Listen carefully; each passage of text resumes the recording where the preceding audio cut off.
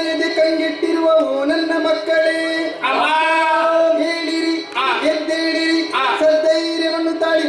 ನಿಮ್ಮೂವರ ಸೃಷ್ಟಿಗೆ ಕಾರಣೀಕರ್ತಳು ನಾನೇ ಆಗಿದ್ದೇನೆ.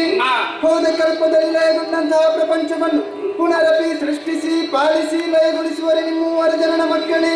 ಅದಕ್ಕೆ ಬೇಕಾಗಿ ಮುಂದೆ ಲೋಕಮುಖವು ಕೊಂಡಾಡುವರೆ ಶುಭನಾಮ, ಮಾಡುವರೆ ಕಾಯಕ, ಇರುವರೆ ಪುರ, ಧರಿಸಿಕೊಳ್ಳುವರೆ ಗುಣವನ್ನು ಕರುಣಿಸುವವಳು.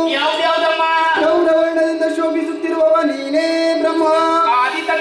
ರಾಜಸ ಗುಣಭರಿತನಾದಂತಹ ನೀನು ಸೃಷ್ಟಿಯ ಕಾರ್ಯವನ್ನು ಮಾಡುತ್ತಾ ಸತ್ಯಲೋಕದಲ್ಲಿದ್ದುಕೋ ಮಗನೇ. ನೀಲವರ್ಣದಿಂದ ಕಂಗೊಳಿಸುತ್ತಿರುವವ ನೀನೇ ವಿಷ್ಣು. ಸಾತ್ವಿಕ ಗುಣೋಪೇತನಾದಂತಹ ನೀನು ಪಾಲನಾ ಕಾರ್ಯವನ್ನು ಮಾಡುತ್ತಾ ವೈಕುಂಠ ಲೋಕದಲ್ಲಿದ್ದುಕೋ. ತ್ರಿನೇತ್ರಧಾರಿ ಸ್ಫಟಿಕ ಸದೃಶ್ಯನಾಗಿ ಶೋಭಿಸುತ್ತಿರುವವ ನೀನೇ ಮಹೇಶ್ವರ.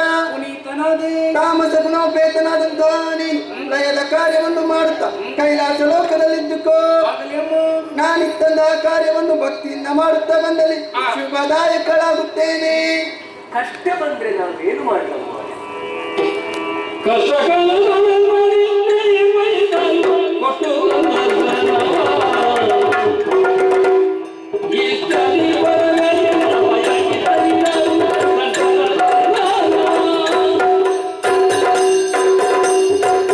ಮಕ್ಕಳೇ, ನಾನಿತ್ತಂತಹ ಧರ್ಮದ ಕಾರ್ಯದಲ್ಲಿ ನಿರತರಾಗಿರುವಂತಹ ವೇಳೆ ದುಷ್ಟರಿಂದಲೂ ವಧುವಧುಳರಿಂದಲೂ ಕೆಡುಕಾದರೆ ಚಿಂತಿಸದಿರಿ, ಭಯಪಡದಿರಿ.